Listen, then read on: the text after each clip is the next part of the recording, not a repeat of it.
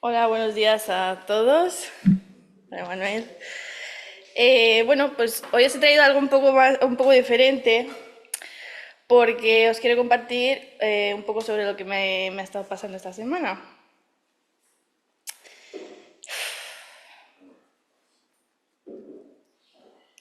Yo es que soy muy emotiva. Si me veis llorar.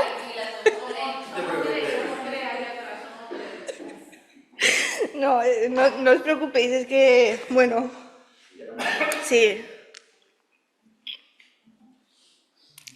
Espero poder decir bien lo que quiero decir, ¿vale? Y si no, esto ya lo grabo loco, ¿vale? Eh, a ver, esta semana en el trabajo ha sido muy difícil y complicada porque, bueno, se me ha hecho como una injusticia. Y, y mi responsable, mi superior, en vez de intentar entender qué es lo que ha pasado o buscar la verdad, eh, ha tomado la decisión de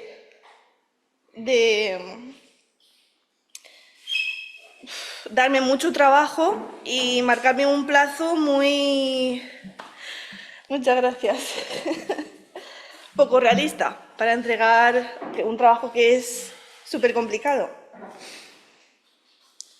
Entonces, eh, al ver lo que estaba pasando, sentí mucha impotencia porque no podía explicarme, defenderme y, y claro, me dio rabia porque era injusto y miedo porque miedo por de que esta situación pudiera darse otra vez en el futuro. Eh, pero bueno, evidentemente soy hija de Dios y he ido delante de Dios y lo he puesto todo delante de Dios para que Él, pues, evidentemente tome el control. Y bueno, Dios es bueno y Dios ha estado hablando y tratando conmigo. Dios me hizo pensar en el libro de Job. Todos conocemos el libro de Job que habla de Job. Era justo, era un hombre justo y bueno, sufrió una serie de adversidades. Satanás acusó a Job de servir a Dios solo por conveniencia y Dios permitió que Job fuera probado. Job perdió todas sus posesiones, sus hijos murieron, sufrió una enfermedad dolorosa, pero a pesar de todo, Job mantuvo su fe y no pecó contra Dios. Y Dios le bendijo doblemente. El propósito de este libro es enseñar que Dios tiene poder sobre el sufrimiento y que solo con Él podemos ser fortalecidos. Es un testimonio de fe genuina y resistencia ante la adversidad. También Dios durante este tiempo me hizo así una pregunta de ¿qué hay entre Dios y yo? Y bueno, pues me puse a pensar. Me puse a pensar, pues bueno, diferentes respuestas. Y dije, bueno, Dios, entre Dios y yo, ¿qué hay? Pues Dios está en el cielo, yo estoy en la tierra, hay una distancia física. Te dije, bueno, voy a pensar más, ¿no? A ver qué descubro, ¿no? Luego pensé que entre Dios y yo no hay secretos, Él conoce absolutamente todo sobre mí. Pero me puse a pensar un poco más hasta que di con la respuesta que Dios quería que yo pensara. Dios no está lejos, Dios mora en mí.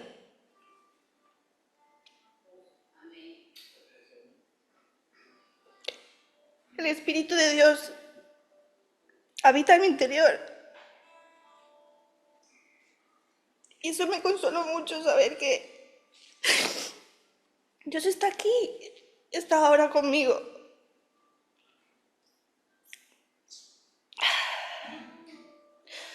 Por último, Dios también me recordó una canción. Es una canción que cantamos en la iglesia y que dice así: aunque se levante y ruja el mar, volaré sobre la tempestad. Padre, en la tormenta eres Señor, quieto estaré, sé que eres Dios. Creo que se entiende claramente lo que dice la canción. Le pedí a Rocco que si podíamos cantar esta canción todos juntos hoy y me ha dicho que sí. La alabanza es un arma poderoso que Dios nos da, y a través de ella silenciamos al enemigo y mis malos pensamientos.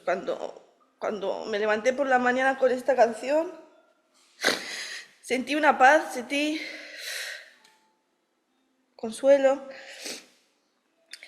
Y bueno, en conclusión, espero haberme explicado bien, pero bueno, leer, conocer la palabra, orar, alabar, es algo fundamental para nosotros como hijos de Dios. Y en la palabra encontramos que la palabra es viva y eficaz. La oración es nuestro canal de comunicación con el Padre. Y la alabanza es una expresión profunda que nos acerca a Dios y nos transforma.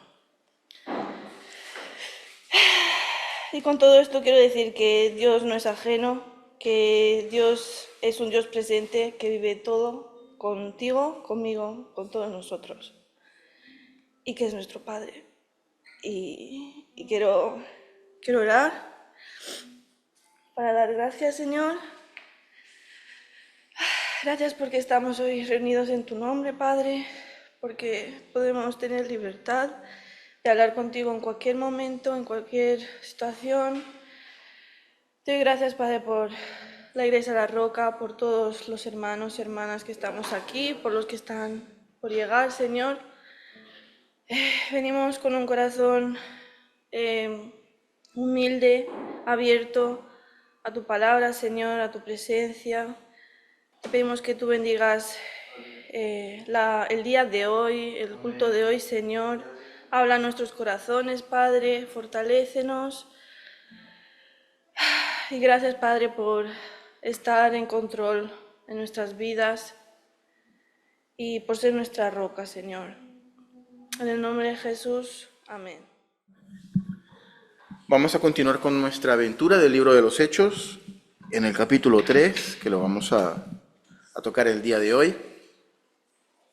Existen dos lugares emblemáticos de la historia de la Iglesia que se mencionan precisamente en el libro de los Hechos, en el capítulo 3 del libro de los Hechos, ¿no? Uno que se menciona solamente en el capítulo 3 y hay otros que se mencionan pues en alguna otra ocasión.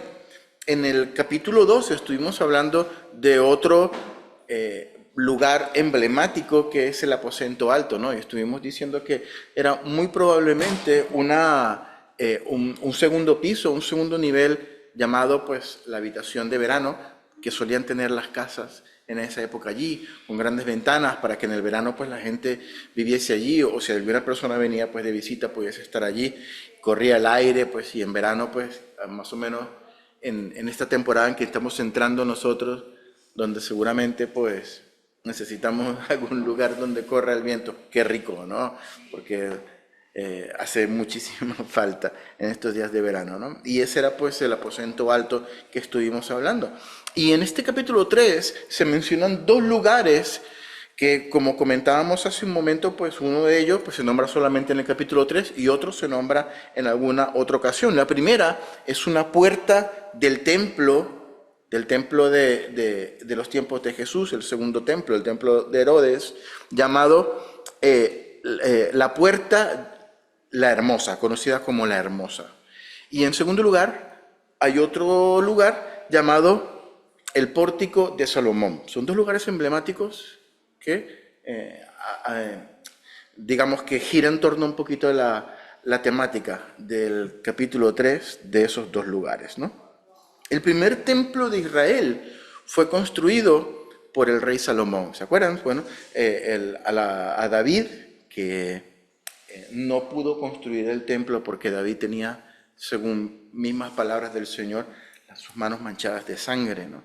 Entonces le dijo, no lo vas a construir tú el templo, sino que lo va a construir tu hijo Salomón. Y Salomón, pues, su hijo, recibió las instrucciones específicas para construir el primer templo que tuvo Israel, en donde estaba pues el arca del pacto, en donde se ofrecía el sacrificio, en donde la gente iba a la oración, pues un lugar majestuoso que lamentablemente fue destruido.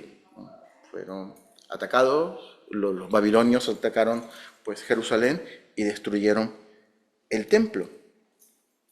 Ese fue el primer templo, el conocido como el segundo templo. Hubo otro templo anteriormente, el de Zorobabel, pero el que se conoce oficialmente como el segundo templo que se construyó, se hicieron unas edificaciones grandes y súper ostentosas y preciosas, que lo hizo Herodes el Grande, lo hizo un poquito para... Primero, Herodes el Grande era conocido por esas edificaciones, era el rey de Israel, ¿no? El rey que ponía un poquito políticamente el Imperio Romano para que fuese pues ese nexo entre, o sea, digamos, para que el Imperio Romano no pusiese un rey romano allí sobre Israel. Entonces ponían una persona que era una especie de híbrido entre judío, aunque no era judío exactamente, pero una persona que se identificara con el pueblo, una persona que normalmente pues el Herodes también iba de vez en cuando allí al templo y a las sinagogas y tal. Entonces se congraciaba de alguna manera con el pueblo, y así pues Roma también intentaba mantener un poquito a raya los levantamientos y el espíritu pues del mismo pueblo de Israel.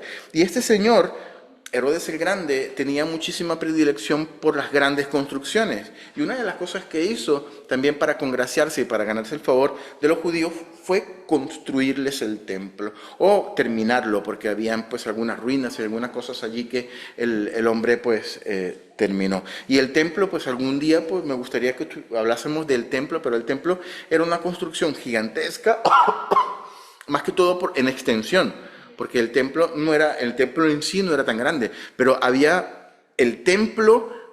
unos atrios, unos patios alrededor del templo, y todo eso estaba rodeado por unas murallas.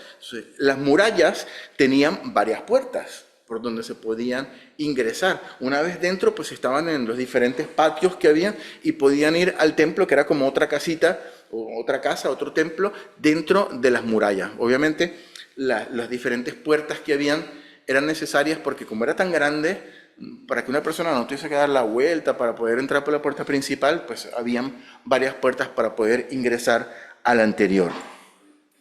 Y dentro del templo había una puerta, aparentemente no era una de las puertas de las murallas, sino que dentro del propio templo que a su vez tenía otras puertas, había una puerta muy bonita que la conocían como la puerta la hermosa.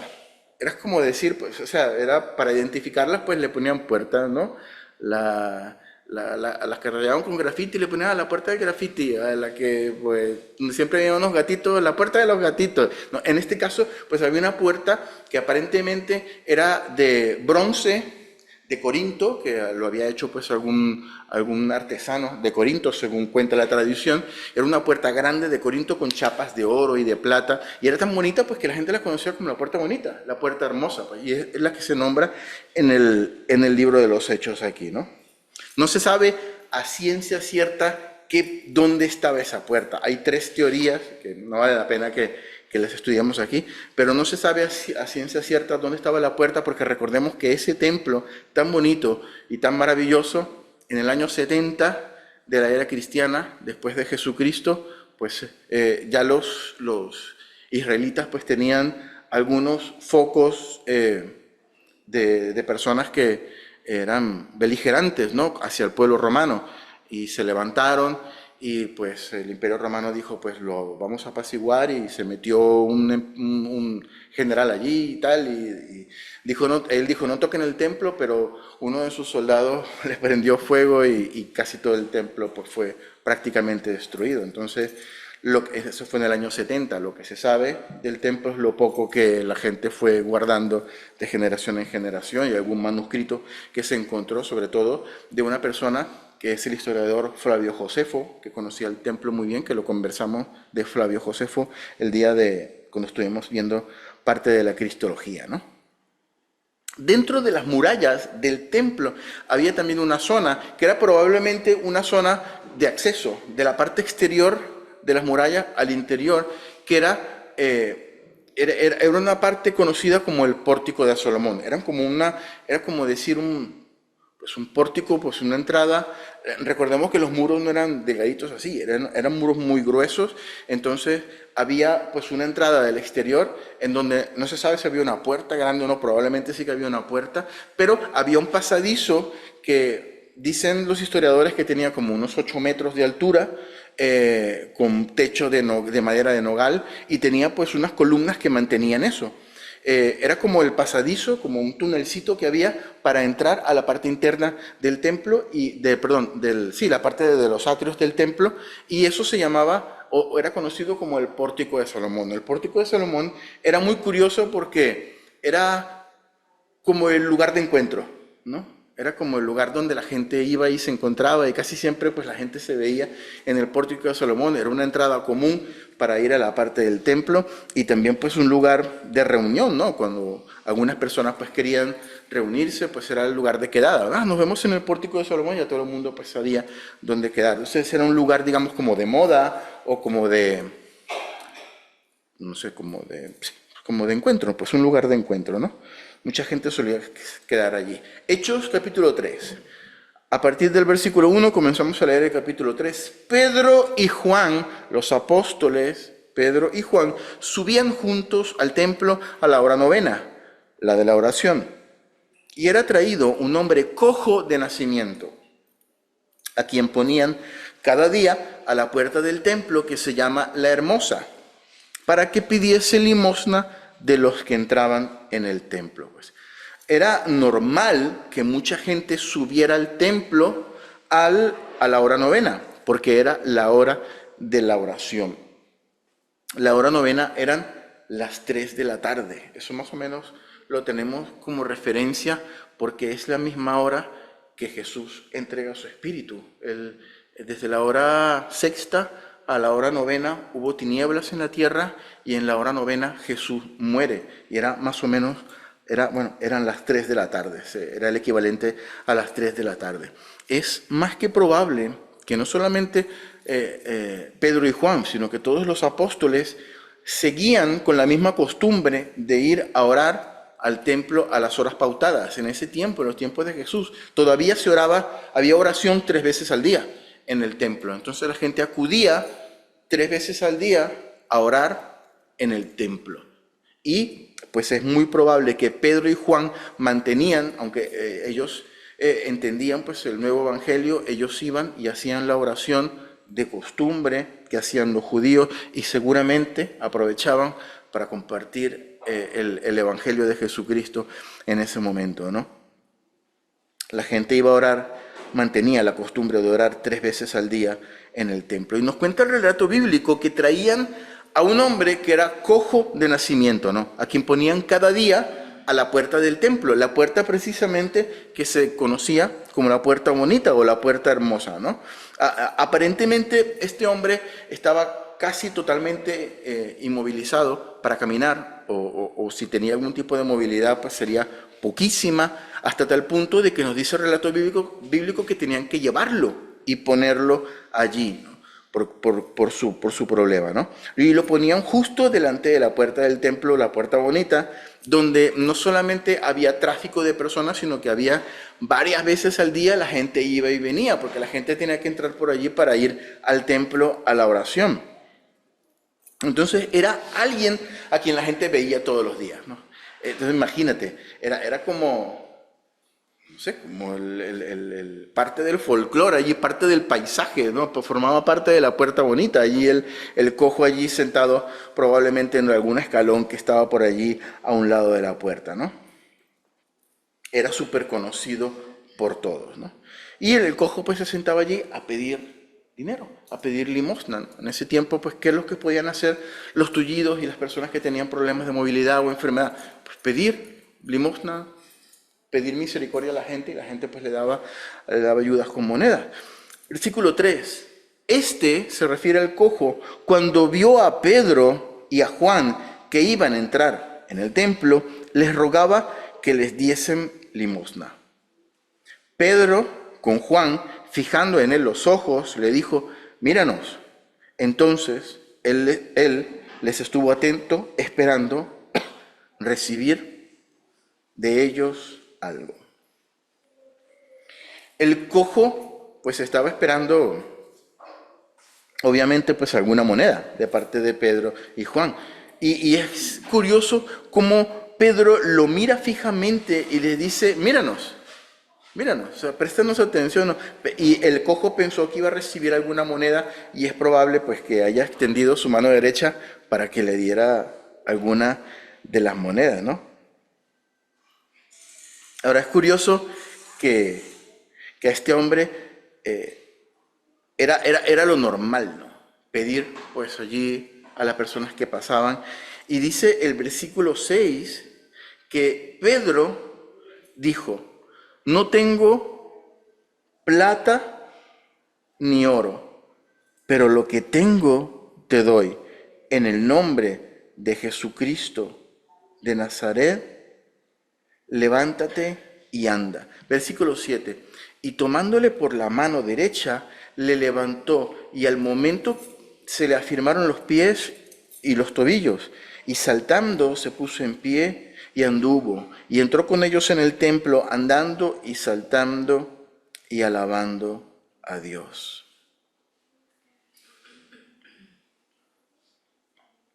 A esta persona le habían puesto en un lugar estratégico. Él lo ponían ahí en la puerta del templo porque apelaban un poquito a... La gente iba a orar a ese lugar. Entonces, imagínate, ¿dónde más lo iban a poner en un sitio estratégico que no fuera la puerta del templo? Porque la gente iba y les tocaba pues su conciencia, ¿no? Es una persona que tal. Y era el lugar estratégico donde lo ponían a este hombre. No lo ponían allí a la salida de, qué sé yo, de una discoteca en el edificio de recaudación de impuestos o algo así, porque ahí más que una moneda se iba a ganar una patada de cada uno que pasara, ¿no? De la rabia que sale la gente allí. Pero lo ponían en un sitio estratégico, en un sitio donde tocaba la fibra sensible de las personas que iban, porque iban a orar. Se supone que iban con un espíritu de recogimiento, con un espíritu de que iban a orar, entonces pues lo ponían allí en un sitio específico, y cuenta el evangelio que iba pasando, iban subiendo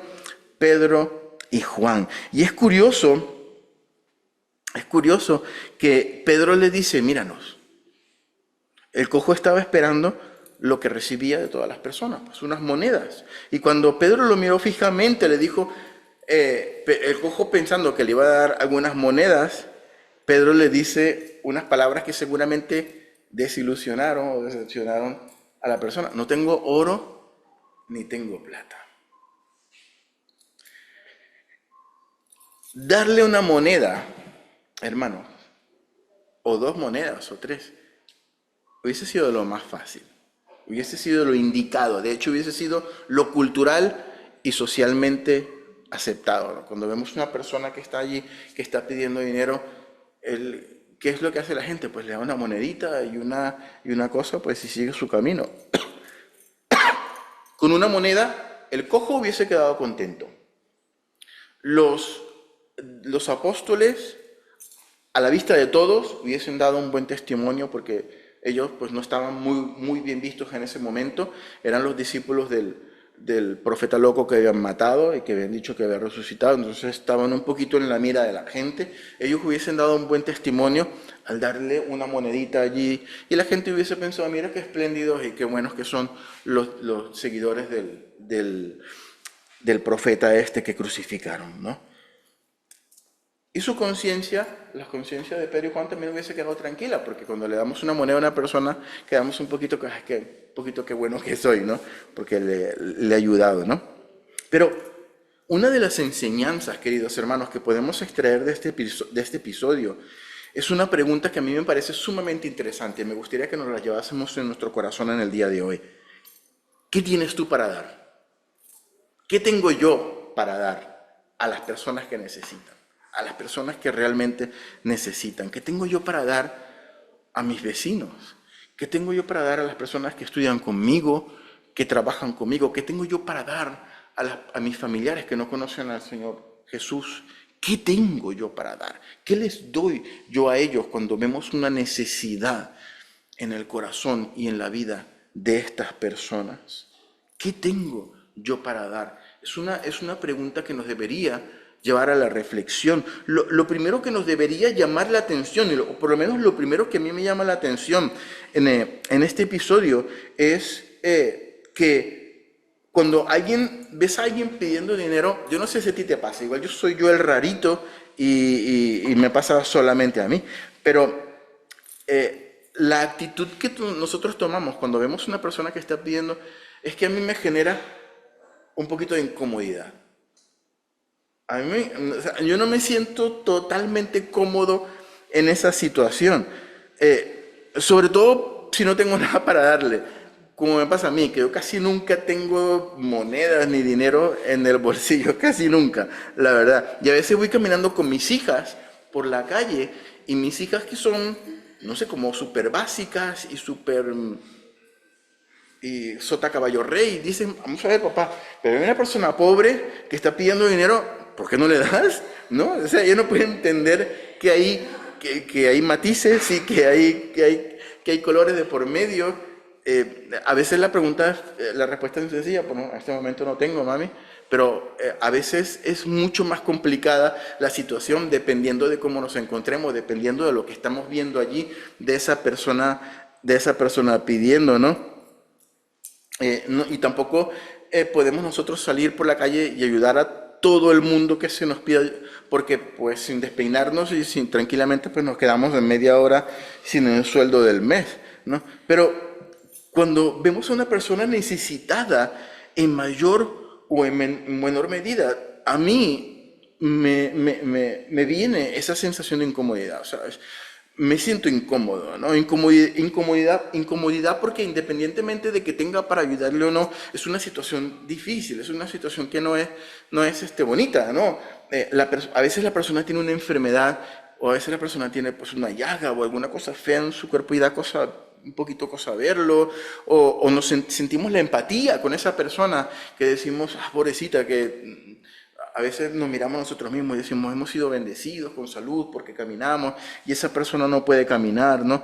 Y no puede vivir una vida normal. Y a veces, pues a mí la cabeza me da 1000 por hora, veo un hombre así que tiene pinta de borrachín pidiendo y pienso, pues igual le doy y coge eso y se lo va a ir a beber y más que una ayuda, pues yo le estoy haciendo un mal. O a veces voy más endemoniado que cualquier otro día y pienso, pues este seguramente entre lo que recoge aquí y las ayudas del gobierno gana más que yo seguro y tengo que venir yo y darle. Entonces siempre es una situación incómoda, ¿no? Y es difícil pararse delante de esa persona, a veces mirarlo y quedarse mirándolo de frente, casi nunca pasa, ¿no? Casi siempre vamos y le damos la monedita y salimos rapidito caminando porque no es una situación que sea agradable, ¿no?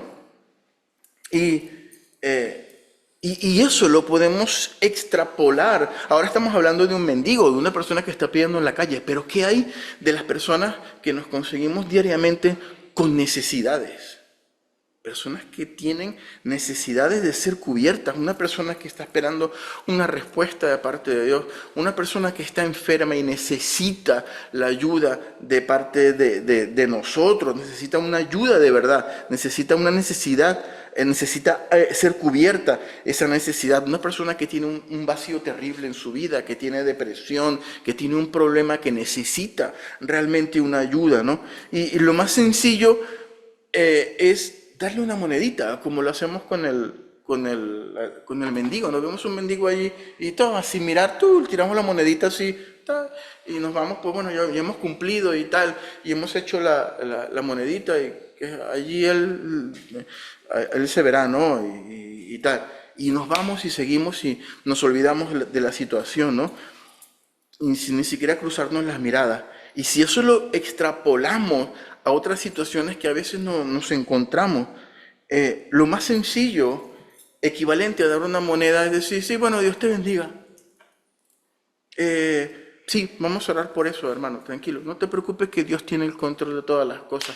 Y prácticamente sin mirar a la persona a los ojos, vamos media vuelta y nos vamos, porque sentimos la incomodidad de que esa persona pues tiene una necesidad y podemos o no podemos ayudarle nosotros. Allí está el dilema de la pregunta.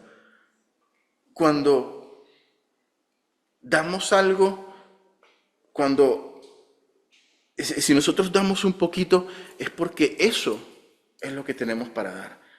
Si nosotros le damos una moneda a esa persona que está allí, es porque eso es lo que tenemos nosotros para dar. Le damos una moneda y nos vamos. Cuando tenemos poco, damos poco. Cuando tenemos mucho, pues damos mucho. Cuando lo que tenemos para dar es significativo, eso es lo que nosotros le damos a la persona. No podemos dar de lo que no tenemos, tenemos que dar de lo que tenemos.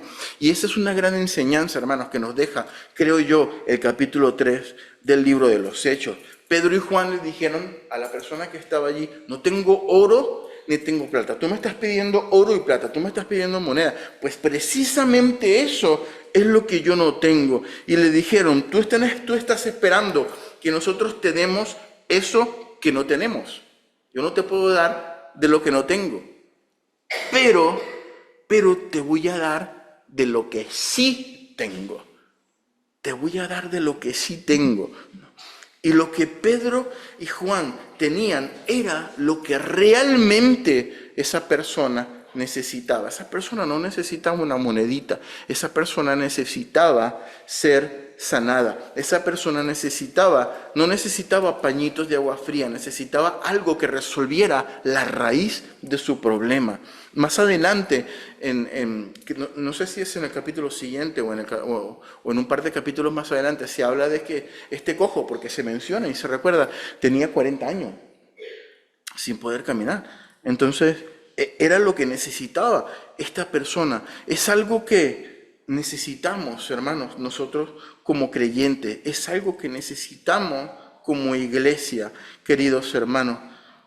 Llenarnos de eso que podemos dar en el momento que otra persona necesita recibirlo.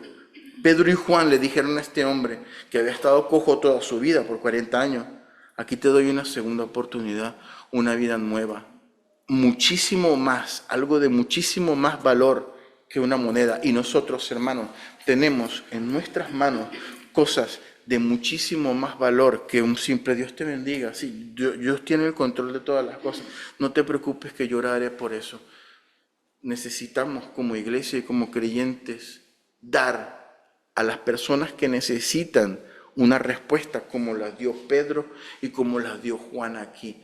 Yo no tengo lo que tú me estás pidiendo, pero yo sí, pero de lo que sí tengo te doy. Y si nosotros nos llenamos de Dios, nos llenamos del Espíritu Santo, nos llenamos de sabiduría de la palabra de Dios, vamos a ser capaces de dar a esa persona que necesita una palabra de ciencia, una palabra de sabiduría, quizás, mira, no te puedo ayudar con esto, pero me voy a quedar contigo media hora aquí de rodillas a orar delante de Dios, delante del Señor, para que Dios toque. Hasta que Dios no haga la obra, no nos levantamos. Y cosas que nosotros sí que podemos dar como iglesia, llenarnos de cosas que podemos dar, es lo que la gente con necesidad necesita. No como este cojo, él creía que necesitaba 2 o 3 monedas, pero realmente lo que le dieron los apóstoles fue lo que él realmente necesitaba. Y nos cuenta el libro de los Hechos que el hombre tenía la mano así extendida, muy probablemente. No dice que la tenía extendida, pero dice que estaba pidiendo, ¿no? Y lo que se dice la palabra es que Pedro lo coge de la mano. Es probable que él haya estado así, con la mano derecha. Y Pedro allí lo coge con esa mano que tenía allí y le dice, venga para arriba, ¿no? Y lo jala y lo tira. Y dice la palabra que los tobillos y sus piernas se le empezaron a fortalecer y se le empezaron a acomodar. Y cuando se da cuenta que el hombre puede andar, empieza a bailar, empieza a danzar, empieza a cantar y a glorificar a Dios y entra, dice la palabra, con Pedro y Juan al templo, ¿no? Y me imagino que el hombre entra saltando y entra bailando, ¿no? Y pues enseguida, creo yo, vinieron los sugieres y a decirle, señor Don Cojo, por favor, usted tiene que guardar la compostura porque esto es un lugar sagrado y guarde la reverencia y no haga locuras porque estamos en la casa de Dios. Y yo me imagino, si yo hubiese sido el cojo, que me importa un pepino la reverencia, me importa un pepino lo que tú digas, yo estoy glorificando a Dios y saltando y bailando y estoy contento porque tenía 40 años y en mi vida no me había puesto de pie yo mismo y el Señor se ha glorificado, me ha sanado y yo voy a saltar hasta que caiga agotado de las fuerzas, porque Dios ha hecho una obra preciosa en mi vida. Y el versículo 9, y todo el pueblo le vio andar y alabar a Dios. Versículo 10, y le reconocían que era el que estaba sentado allí en la puerta del templo a pedir limosna, en la hermosa, la puerta que se llamaba la hermosa. Y se llenaron de asombro y espanto por lo que había sucedido. Aquí podemos constatar que era el hombre muy conocido, que lo conocía todo el mundo, ¿no? Todo el mundo sabía quién era. No sabemos cuántos años había estado allí. Sí, más adelante sí que se nos dice que había estado por 40 años cojo, ¿no? Seguramente de nacimiento. Pero ¿cuándo lo empezaron a traer allí? No sé, hace 15 años, hace 20, hace 25, a recoger limosna y moneditas, ¿no? Y cuando la gente venía al templo a orar, pues era 3 veces al día, ¿no?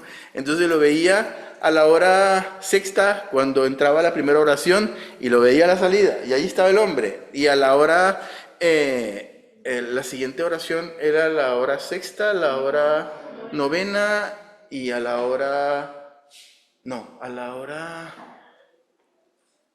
eran 3 oraciones, a la hora sexta, a la hora novena, 7, 6, no. Me falta una. A la hora bueno, ahora se me llenaron, pero eran tres horas, ¿no? Entonces, a la primera lo veían y salía. A la segunda hora de la oración, pues ahí estaba. Y a la tercera, lo conocían, era súper conocido. Pues seguramente sabían el nombre, sabían de la familia, sabían quién era, ¿no? Y versículo, a ver...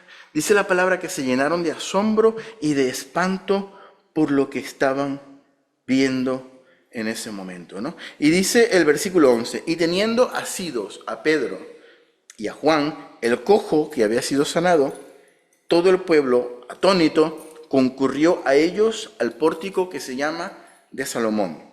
Y viendo esto, Pedro respondió al pueblo, varones israelitas, ¿por qué os maravilláis de esto? ¿O por qué ponéis los ojos en nosotros, como si por nuestro poder o piedad hubiésemos hecho andar a éste?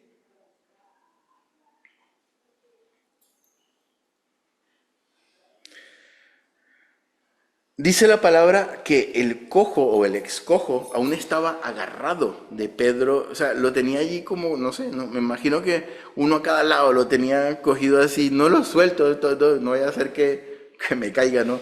De cojo, ¿no? Lo tenía ahí agarrado, ¿no? Y después de la oración, allí probablemente pasaron unos minutos, no sé si ellos entraron, oraron, o no sé si los mujeres los sacaron por el alboroto, no lo sé, no lo dice la palabra, pero sí que nos dice que ellos después salieron y se fueron al lugar que era el pórtico de Salomón, el pórtico que hablamos en un principio. No quedaba muy lejos de la parte del templo, por la parte interna. Y dice la palabra que toda la gente, espantada y maravillada, salieron corriendo detrás de ellos. Había muchísimas personas. El pórtico de Salomón era bastante amplio y me imagino que ahí se habrán reunido muchísimas personas. Y cuando Pedro vio eso, que venían la gente a verlo, pues le dice algo muy maravilloso, ¿no? Yo creo que por lo menos Pedro hace dos cosas preciosas que me gustaría que nos llevásemos en nuestro corazón y que subrayásemos en esta mañana. La primera cosa que hace Pedro, que es sumamente interesante, es desviar la atención de ellos mismos, de Pedro y de Juan. Hoy en día, hermanos, tenemos en nuestras iglesias grandes, pues entre comillas, siervos de Dios, ¿no? Algunos sí, son unos siervos, ¿no? Pero son los que aparecen pues en los afiches de los eventos, ¿no? Y tenemos también mega iglesias en donde el personaje principal todo gira en torno pues al pastor o al apóstol o al superprofeta que tienen allí. Yo recuerdo que Sandra siempre me decía que ella iba a una iglesia que tiene como 1 millón de personas en Colombia. Es una cosa impresionante, ¿no? Es grandísima. Y pues el pastor allí es el papa frita, ¿no? de la historia. Y ella me dice que el pastor también predica, ¿no? Pero nunca dicen cuándo va a predicar el pastor. O sea, el pastor siempre predica o sea, aleatoriamente y por sorpresa, por decirlo. Porque si dicen que va a predicar el pastor, pues un caos, ¿no? Se pone así todo y la gente no puede entrar. ¿Por qué? Porque mucha gente tiene la mirada puesta en las personas, ¿no? Eventos cristianos donde dependiendo del cartel, del cantante o del predicador, la gente va o deja de ir, ¿no? Y son siervos que son aplaudidos, ovacionados, que arrastran multitudes, sin ir más lejos, hermano. Tenemos una iglesia católico-romana, una iglesia tradicional, en donde tenemos a una persona que se llama el sucesor de Pedro, que tiene el atrevimiento, porque es el atrevimiento de decir, cualquiera que no esté sujeto al sucesor de Pedro, al Papa, pues está fuera de la iglesia y no tiene salvación. Entonces, todos tenemos que mirar al hombre y estar allí pendiente del hombre y pasar por el hombre para poder formar parte de la iglesia o para poder tener salvación o para poder ser partícipes de la iglesia y de la obra de Dios. Sin embargo, aquí tenemos dos apóstoles, dos siervos, verdaderos siervos del Señor, que les dice a la gente, ¿por qué ponéis los ojos en nosotros? Fíjese el contraste de hoy en día. ¿Por qué tú pones los ojos en mí? Dice y sigue diciendo, como si por nuestro poder o piedad hubiésemos hecho andar a este. O sea, en otras palabras, les dice Pedro y Pablo, les dice a la gente, este que está andando aquí, este que está saltando y que está cantando y que está danzando como un loco, porque antes no caminaba, este que está aquí detrás de nosotros y que no puede dejar de hacerlo, no lo está haciendo porque nosotros tenemos un poder para hacerlo caminar. No es por el poder nuestro. Ni siquiera este milagro ha ocurrido por lo piadoso, por los santos que somos. No es nuestra santidad, no es nuestro poder, no es nuestra piedad. Lo dice como si por nuestro poder o piedad hubiésemos hecho andar a este. ¿Qué estaban diciendo los apóstoles? No pongas tu mirada en nosotros, porque no es ni nuestro poder ni nuestra santidad lo que ha obrado el milagro. Quitemos, hermanos, los ojos de los hombres y pongamos nuestra mirada en el autor y el consumador de la fe. Esto es básicamente el mensaje que le estaba diciendo Pedro y Pablo a la gente. No me mires a mí, mira a Jesús. Mira a Jesús, que es el que ha hecho la obra. La primera cosa maravillosa que vemos en los apóstoles es que desvían la atención de ellos para darle la gloria a Cristo. Aleluya, ¿no? Y la segunda cosa maravillosa que hicieron Pedro y Juan en ese momento fue aprovechar el milagro para, en primer lugar, darle la gloria a Dios y en segundo lugar, aprovechar el momento, aprovechar el lugar y aprovechar la gente para predicar el Evangelio de Jesucristo. No perdían tiempo en hacerlo. Versículo 13, esto es lo que comienza a decir el apóstol Pedro. El Dios de Abraham, de Isaac y de Jacob, aquí les dice claritos a los israelitas de qué Dios está hablando. Dios de nuestros padres ha glorificado a su Hijo Jesús, a quien vosotros entregasteis y negasteis delante de Pilato, cuando éste había resuelto ponerle en libertad. Mas vosotros negasteis al santo y al justo, y pedisteis que se os diese un homicida. ¿Se recuerdan? Pilatos lo quería soltar. Pilatos dijo, no encuentro ningún delito en este hombre. Pero bueno, como estos están aquí alborotados, pues quieren Jesús o a Barrabás. Y Barrabás era un asesino. Y seguramente pues Pedro le estaba diciendo, quería solo homicida, ¿no? ¿Cuántos asesinatos lleva ya el hombre después que lo sacaron? ¿Cuántas hijas de ustedes ha violado? Pues era lo que querían, ¿no? Versículo 15, y esta frase a mí me estremece, hermano. Cuando Pedro le dice, y matasteis al autor de la vida. Al autor de la vida. Imagínate o sea, escuchar eso, es una cosa impresionante. A quien Dios ha resucitado de los muertos, de lo cual nosotros somos testigos porque lo hemos visto, porque estuvo con nosotros por 40 días antes de ascender al cielo. Y a continuación, Pedro indica la razón por la cual fue sanado este hombre. Versículo 16.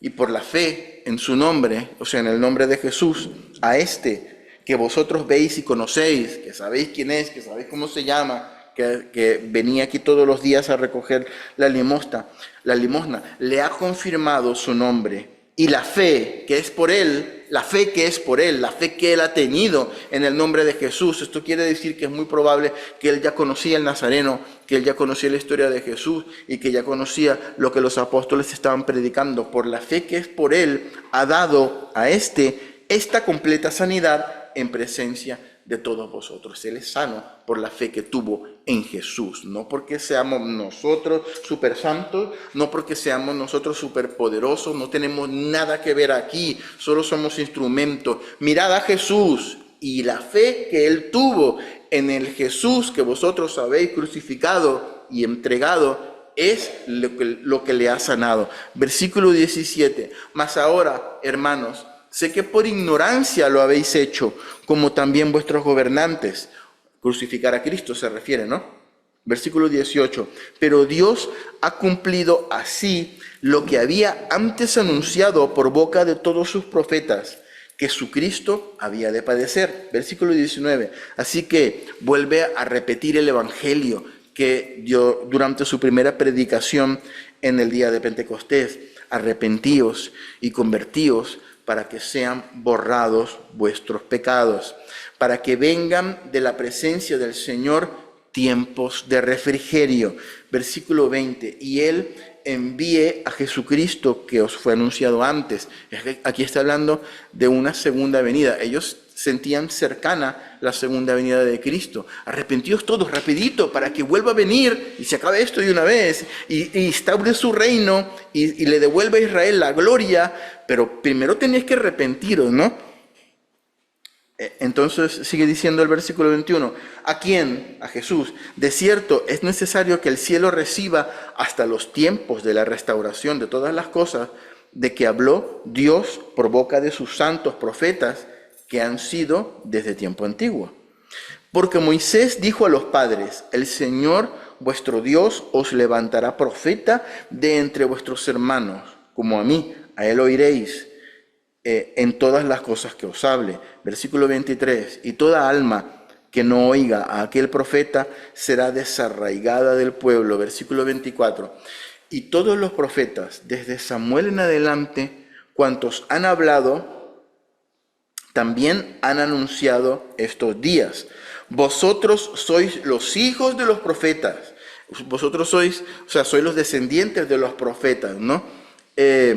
Y del pacto que Dios hizo con nuestros padres, diciendo a Abraham, en tus simientes serán benditas todas las familias de la tierra.